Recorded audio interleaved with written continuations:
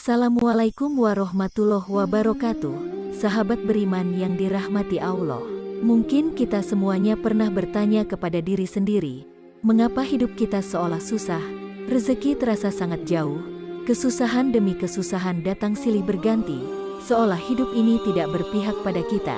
Sedangkan kalau kita memandang orang lain, seolah hidupnya mudah, rezekinya terlihat lancar, hidupnya pun terlihat bahagia. Lalu muncullah rasa iri yang dibarengi dengan pemikiran negatif, sehingga kita memandang curiga kepada orang lain tersebut dengan beranggapan, jangan-jangan uang yang dihasilkan dari hasil korupsi, jangan-jangan dia dapat uang dari hasil menipu orang lain, atau jangan-jangan dia malah bersekutu dengan jin pesugihan, dan masih banyak yang lainnya. Hilangkan sifat iri dalam diri, dan mari sama-sama kita mengoreksi diri masing-masing untuk mengetahui, apakah kesusahan demi kesuksesan yang datang kepada kita termasuk kurang lancarnya rezeki yang datang kepada kita, karena ulah kita sendiri. Padahal kita tahu Allah Subhanahu wa Ta'ala tidak akan menganiaya hambanya. Allah Subhanahu wa Ta'ala senantiasa mempermudah jalan hambanya. Tapi kenapa masih saja seolah rezeki sulit datang kepada kita? Sahabat beriman yang dirahmati Allah, perhatikan 9 hal yang akan saya sampaikan. Siapa tahu masing-masing dari kita masih ada yang melakukan hal-hal berikut ini. Yang pertama, apakah kita masih melakukan kemusyrikan atau berbuat syirik meski hanya dalam hati? Yang dimaksud syirik adalah menyekutukan Allah Subhanahu wa Ta'ala dengan sesuatu, bisa benda, tempat, manusia, dan satu contohnya seperti ini. Kita percaya bahwa rezeki yang datang kepada kita adalah karena kita mempunyai benda keramat yang mempunyai khasiat mendatangkan rezeki, padahal rezeki hanya datang dari Allah Subhanahu wa Ta'ala melalui apa yang dikehendakinya.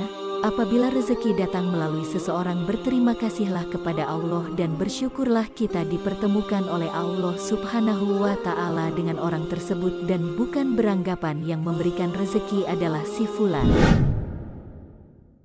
Yang kedua, perhatikan sholat kita. Misalnya sekarang kita hanya mengerjakan sholat 3 waktu, mulailah melengkapi menjadi 5 waktu.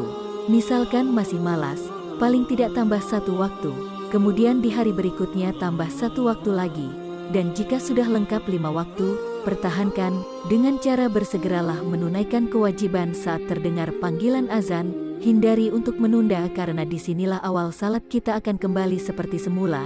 Luangkan waktu yang hanya 10 menit untuk menunaikan ibadah sholat, karena waktu luang kita semuanya lebih panjang dibanding mengerjakan sholat yang hanya butuh waktu kurang lebih 10 menit saja.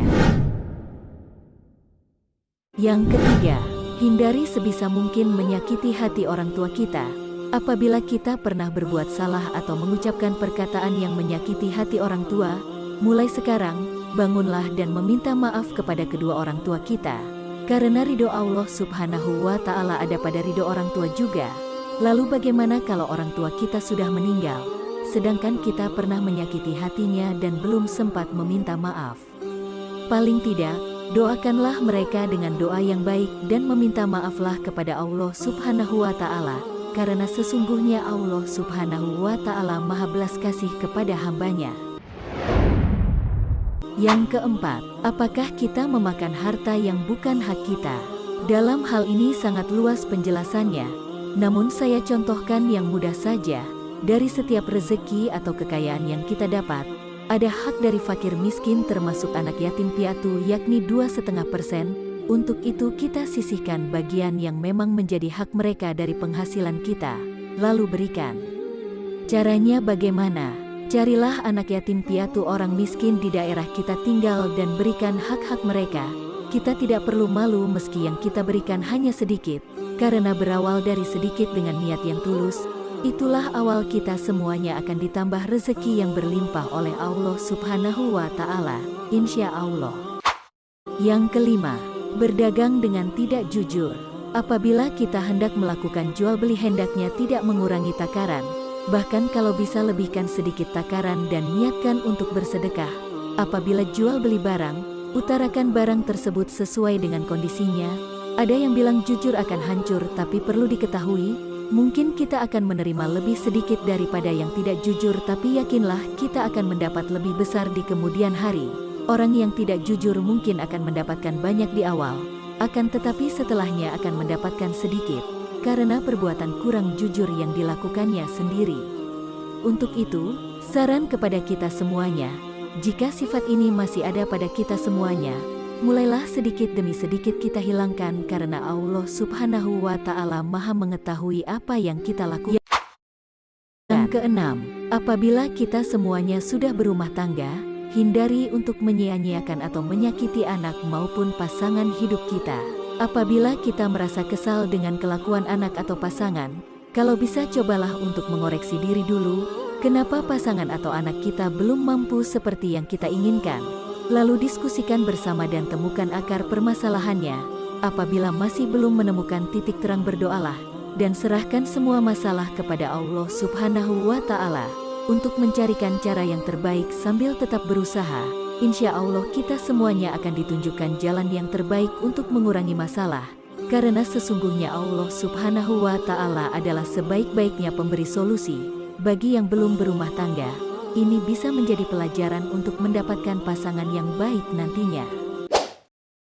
Yang ketujuh, berbohong. Mungkin benar, saudaraku berbohong demi kebaikan. Tapi perlu diingat kebaikan yang dimaksud adalah kebaikan untuk siapa? Apabila kebaikan untuk diri sendiri atau orang lain secara sepihak, saya rasa itu kurang sesuai. Kenapa? Karena bisa merugikan orang lain yang kita bohongi dan sifat seperti itu membuat kita jauh dari rezeki Allah Subhanahu wa Ta'ala. Menghilangkan sifat berbohong tidaklah mudah seperti membalikkan telapak tangan. Akan tetapi bisa kita kurangi sedikit demi sedikit kebiasaan tersebut dan mulailah tanamkan dalam diri kita sifat yang jujur. Meski di awal terasa sangat berat, akan tetapi insya Allah kedepannya hidup kita semuanya akan jauh lebih tenang dan lebih nyaman. Bagi saudaraku yang mendengarkan video ini, bukalah hati dan pikiran saudaraku semuanya. Ketika pasangannya ingin mulai bersikap jujur, hindari urusan yang menyalahkan, hindari untuk saling menyudutkan pasangan, dukunglah dengan perkataan maupun perbuatan yang baik, dan mulailah untuk saling memaafkan. Insya Allah akan mendatangkan rezeki yang luar biasa dari Allah Subhanahu wa Ta'ala. Yang kedelapan, memerintah atau berkuasa dengan sewenang-wenang. Maksudnya adalah apabila sedang menduduki jabatan penting atau menjadi pemimpin dalam rumah tangga, hindari untuk menyalahgunakan kewenangan demi kepentingan pribadi. Kalau dalam jabatan saya contohkan, memudahkan urusan orang lain dalam hal korupsi atau menipu. Seperti yang sudah saya katakan di awal, mungkin akan mendapatkan harta kekayaan yang banyak, akan tetapi pada akhirnya akan menyebabkan banyak masalah dalam rumah tangga maupun dalam hal kesehatan. Dan bagi para pemimpin rumah tangga, hindari menyalahgunakan kewenangan dalam keluarga. Misalnya adalah menjadikan pasangan atau anak layaknya pembantu rumah tangga. Perlu diketahui, pasangan maupun anak adalah partner dalam mengarungi samudra kehidupan. Untuk itu, libatkanlah mereka dalam memberikan pendapat, selama pendapat itu baik dan tidak merugikan orang lain. Yang terakhir adalah pelit dalam mengeluarkan zakat atau bersedekah. Sifat ini bisa memicu kerejekian kita semuanya menjadi sulit.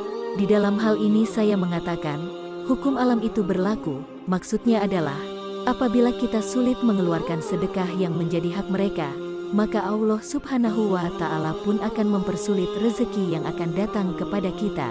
Itulah 9 penyebab utama kenapa rezeki sangat sulit datang kepada kita.